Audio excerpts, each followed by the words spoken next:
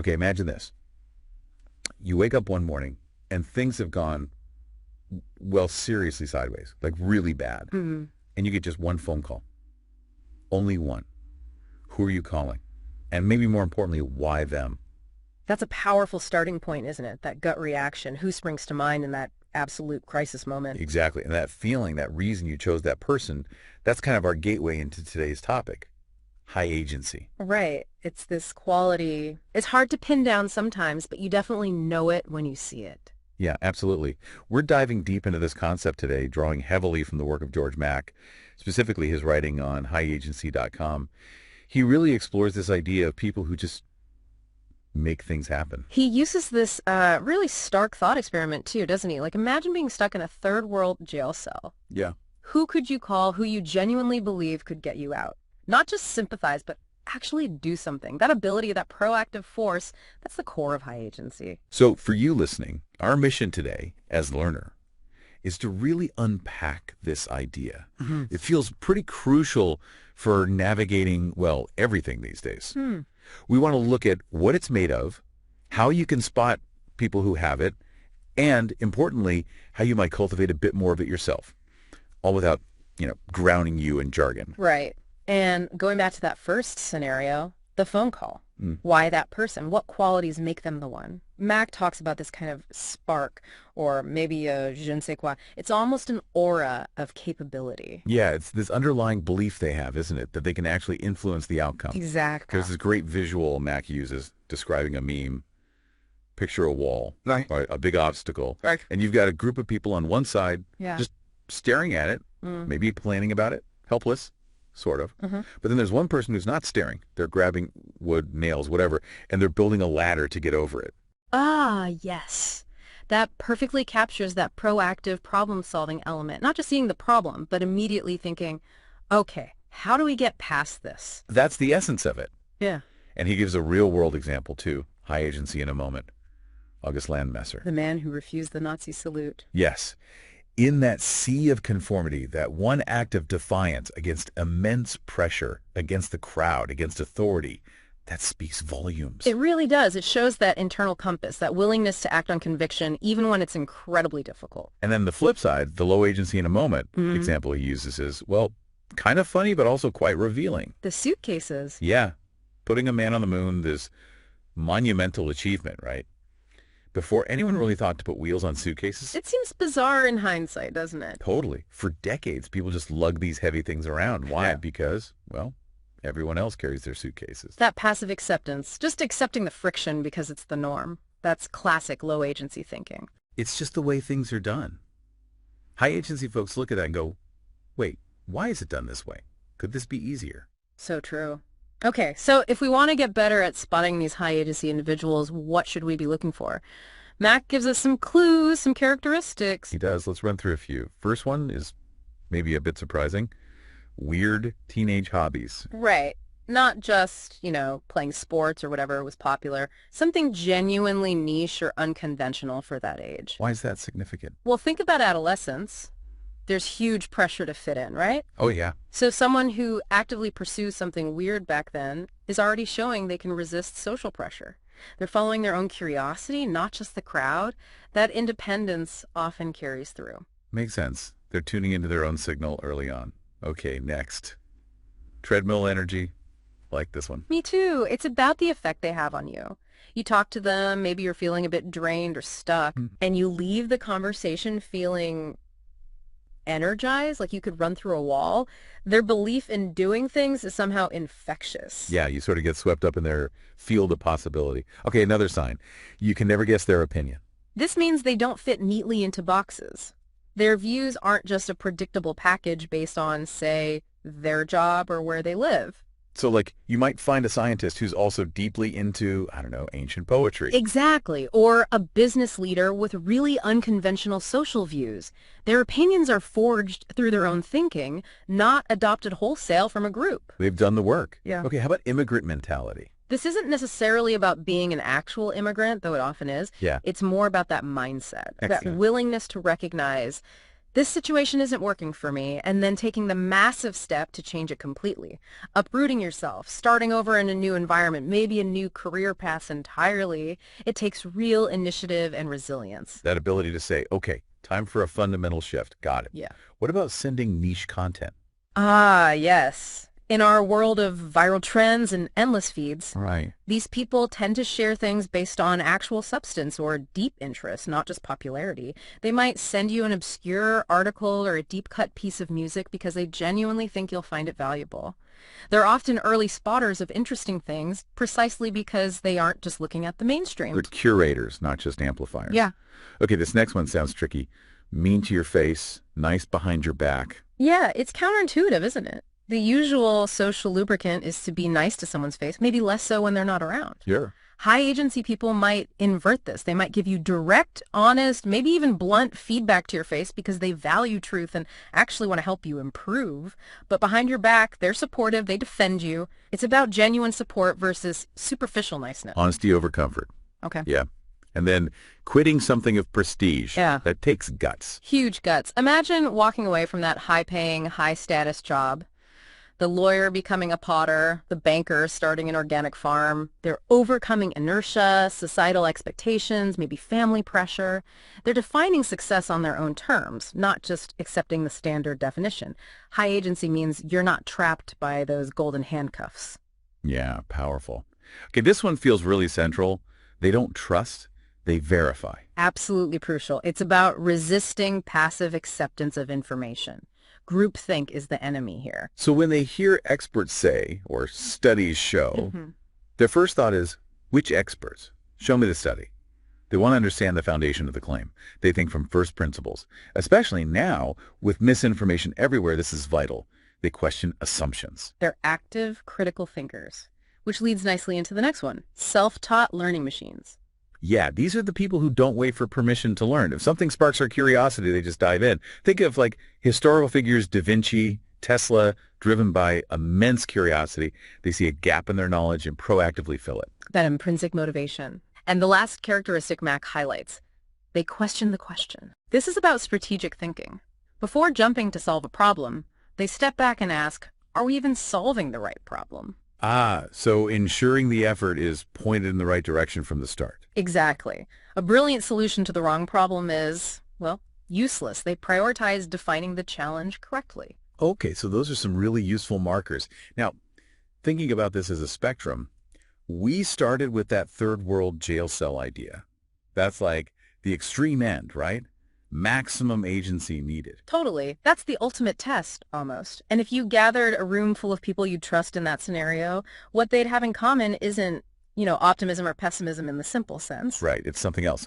Mack draws this useful distinction. Yeah, the optimist sees the good, the pessimist sees the bad, but the high agency person sees themselves as, well, the agent, the one who can change the situation. They fundamentally believe the future isn't just something that happens to them, it's something they can shape. They are happening to life, not the other way around. There's a great quote from Eric Weinstein that Mack uses here. Oh yeah, the second dialogue one. That's it. When someone tells a high agency person that's impossible, it's not the end of the conversation for them. No, it's the start of an internal one. Okay, how do I get around this person telling me it's impossible? Yes, that resistance to limits. Yeah. So why is this all so important? Why focus on cultivating high agency? Well, simply put, more agency equals better problem solving. For individuals, for societies. Mack breaks it down into this helpful image, the high agency tricycle. Okay, a tricycle. What are the three wheels? Clear thinking, a bias to action, and disagreeability. And you need all three working together. Explain that a bit. Well, clear thinking without action is just armchair philosophy, right? Action without clear thinking is chaos, just flailing around. Yeah. And disagreeability, that doesn't mean being unpleasant. It means the willingness to push back, to challenge norms, to say, I think there's another way, even when everyone else is going along. Without that, great ideas and bold actions never get off the ground. All three need to be spinning. Got it. So this brings us to a more personal question for you listening. Do you have agency? Would your friends call you in that crisis? It's a confronting question, maybe. And Mack points out, look, low agency is kind of the default state for a lot of us. Why is that? Well, evolutionarily, being cautious often made sense, and our education systems historically often prioritized following instructions over independent thought. So it's not necessarily a personal failing if high agency doesn't feel like your immediate go-to. And this is the crucial part. It's not fixed. Not at all. That's the good news. Agency isn't a fixed trait you're born with. It's something you can develop, something you can practice. And that's really the goal here, isn't it? To nudge ourselves and you towards being better problem solvers. Definitely. And Matt gives us some tools for this, framing them as high agency software core mindsets or beliefs. The first one is huge. There's no unsolvable problem. That's a game changer right there. It shifts your whole perspective. Instead of hitting a wall and stopping, you ask a different question. Which is, does this defy the laws of physics? If the answer is no, and it almost always is, then the problem, however hard it looks, is fundamentally solvable. It might be incredibly difficult, sure, but not impossible. it opens up the solution space. Yeah. He uses the story of Claude Shannon and Ed Thorpe, right? The roulette thing. Yes. It's brilliant. They looked at roulette, a game of pure chance, everyone thought, and asked, is it really random, or does it follow physical laws? And they decided it followed physical laws. Exactly. So they used clear thinking physics, probability, combined it with a massive bias to action, building the world's first wearable computer to actually beat the game. They applied physics to overcome luck. Incredible. Turning a game of chance into a physics problem. There's also that David Deutsch analogy about the asteroid. Ah, yes. The penguins versus humans. Explain that. If an asteroid is heading for Earth and penguins are somehow in charge, well, the outcome is pretty predictable based on physics, right? Splat. Right. Grim for the penguins. But if humans are aware of it, the outcome is suddenly uncertain. Why? Because we can act. We can try to deflect it, build shelters, whatever. Our agency, our ability to problem solve, changes the probability entirely. Our actions could literally change the odds on a cosmic scale. Wow. Yeah. Okay. The second piece of software. There's no way. Seems a bit odd. It means there's no single right way to do things, no one-size-fits-all path to success. Okay. Think about his example of Nadal, Djokovic, and Federer at Wimbledon. 3 absolute legends of tennis. Yep. But their warm-up routines, completely different, each tailored to what works for them. There isn't one magic formula everyone has to follow. So it's about finding your way, not just copying someone else's. Makes sense. Yeah. And the Leonard Cohen, Bob Dylan story fits here too. Perfectly. Cohen spends years crafting Hallelujah, agonizing over every word. Right. Dylan apparently writes just like a woman in like 15 minutes on a napkin or something. Both created masterpieces, but through vastly different processes. There's no single correct creative method. That really kills the idea of a rigid template for success. Okay, number 3. There are no adults. This one might hit home for people. I think so. It challenges that tendency we have, even as grown-ups, to think there's some other group of real adults who have it all figured out. The people in charge, the experts, the icons. We put them on pedestals. Exactly. We have this kind of Peter Pan perception, assuming they're infallible. Recognizing that everyone is flawed, everyone is figuring it out, can be incredibly liberating. It gives you permission to trust yourself more. And Mack doesn't hold back with examples of flaws in famous figures, does he? Not at all. He lists Steve Jobs delaying his cancer treatment, Mozart being terrible with money, Isaac Newton secretly obsessed with alchemy, Napoleon's hemorrhoids affecting battles. Nietzsche getting rejected constantly, Henry Ford's awful anti-Semitism, Martin Luther King Jr.'s alleged affairs, Tesla's love for a pigeon, Dostoevsky's gambling. It's quite the list. It really drives the point home. These brilliant, world-changing people were also deeply human and flawed. The takeaway is clear. Don't pedestalize anyone. Kill your gurus. These adults aren't coming to save you. They don't exist in that perfect form we imagine. It's up to you. Empowering, in a way. Okay, number 4. There's no normal. This tackles conformity head-on. Yeah, that desire to just fit in, to be normal, can really stifle agency. Mack talks about the normal paradox. Which is? We try so hard to act normal, to be accepted, but genuinely normal, average behavior is, well, forgettable. True. It's the slightly unconventional things, the weird moments that actually create connection and memorable stories, like unexpectedly paying for everyone's dinner, or driving hours just for a friend's birthday, or giving that candid feedback we mentioned earlier. Things that break the pattern slightly. Exactly. Think about stories people tell at funerals. It's rarely, he always filed his taxes on time. It's the quirky, unique stuff, the weird stories that show personality, as Mack puts it. Normal is forgotten. Only weird survives. Embrace your inner weirdness, basically. Yeah. Okay, and the final piece of software. There's only now. This cuts deep. It's about the nature of time. The past is just memory. The future is just projection. All we ever truly experience is this continuous unfolding moment now. And the Kevin Smith story about his father really lands this point. It's incredibly powerful. His dad played by the rules his whole life, did what was expected, and apparently died screaming in regret and fear. Wow. That experience hit Kevin Smith hard. It made him realize you don't know what's coming. There are no guarantees. You can't bank on someday. You have to act now. There's not even a guarantee you won't die screaming. There's only now. Yeah. That's stark, a real call to action. Absolutely. So with these mindsets in mind, Mack asks this fascinating question. Who might be the highest agency human ever? And he makes a compelling case for Wilbur Wright. Wilbur Wright. Think about his starting point. Bright kid, good future ahead. Then a bad accident, head injury, years of health problems. Then his mother gets terminally ill, and he becomes her primary caregiver. Life was definitely happening to him hard. Seriously. And yet, stuck in this situation, he develops this obsession with birds, with flying, something everyone knew was impossible for humans. Yeah, wasn't there that famous New York Times headline around then? Man won't fly for 1,000,000 years. Yeah, something like that. Heavier than air flight, was considered pure fantasy, even dangerous pseudoscience. People died trying. 0 success rate. But Wilbur, stuck at home, starts writing letters. Yeah, from his sickbed, basically. Writing to libraries, the Smithsonian, gathering every scrap of information he could find on birds, aerodynamics, engines, incredible resourcefulness. And he forms this logical chain. Birds fly, therefore flying doesn't defy physics. Therefore humans can fly. Therefore I, Wilbur, can figure out how. Just pure first principles thinking against overwhelming common sense. Amazing clarity. And then he pulls Orville in. Right. And crucially, they don't just theorize. Biased to action, they start building gliders and immediately face problem after problem after problem. Like just where to even test the things. No internet search for best windy beach for gliding. Nope. They had to figure out the conditions needed, wind speed, terrain, then write to the Weather Bureau, get data, analyze it, and identify Kitty Hawk, North Carolina, all pre-Google.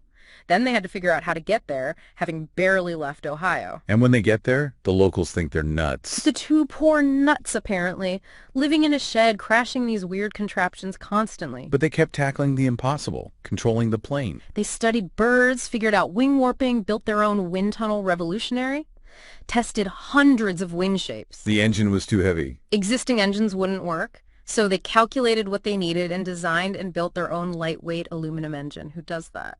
Unbelievable persistence. And it wasn't easy. 4 years of grind. Brutal. Constant setbacks. Mack mentions Wilbur even had a moment of despair, writing in his diary, "Not in 1,000 years will man fly." But he didn't quit. Nope. The very next day, he was back designing. That resilience, that's high agency. And then, December 17th, 1903. The moment. That first controlled, sustained flight. Wilbur's longest was 59 seconds, 582 feet. Given where he started, Mack says he literally flew outside the quadrant of happening to life. He fundamentally changed what was possible. And look at the impact. You mentioned 5.5 billion passenger seats flown last year. Roughly, yeah. All tracing back to those 2 nuts on a beach who refused to believe it was impossible. It really poses Mack's question starkly. How do we get more Wilburs and fewer cynical headlines saying it can't be done? Well, Mack suggests part of it is recognizing and escaping the low agency traps.